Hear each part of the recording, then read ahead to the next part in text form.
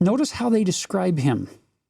Bottom of verse 37, he's testifying against their works, and all men were offended because of him. Isn't that amazing?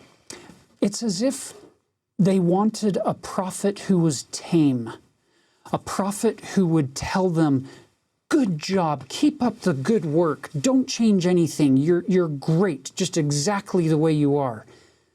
That isn't the role of most prophets through the history of time.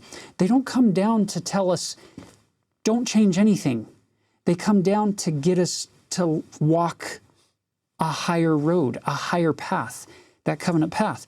Consequently, verse 38 tells us at the end that they're going, from their perspective, to see a wild man hath come among us. They think it's entertainment. They're not even paying attention to the message. He's wild, which means you can't control him. He's not tame. You can't make him say what you want him to say or do what you want him to do, because he's wild from their perspective. And then look at verse 39. It came to pass that when they heard him, no man laid hands on him, for fear came on all them that heard him. Why? For he walked with God.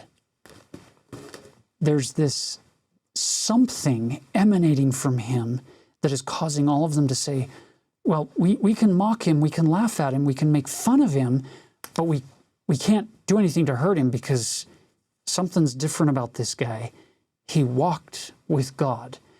Isn't that amazing that when the Holy Ghost has an abiding place in our mind and in our heart, and when we're connected with Christ covenantally, we move forward, no weapon formed against us will prosper ultimately. Now, that doesn't always mean that every life is going to be spared physically on this life, because sometimes it doesn't happen that way. It just means that God's purposes are going to roll forward regardless of whatever anybody on earth or in hell is doing to try to thwart that effort.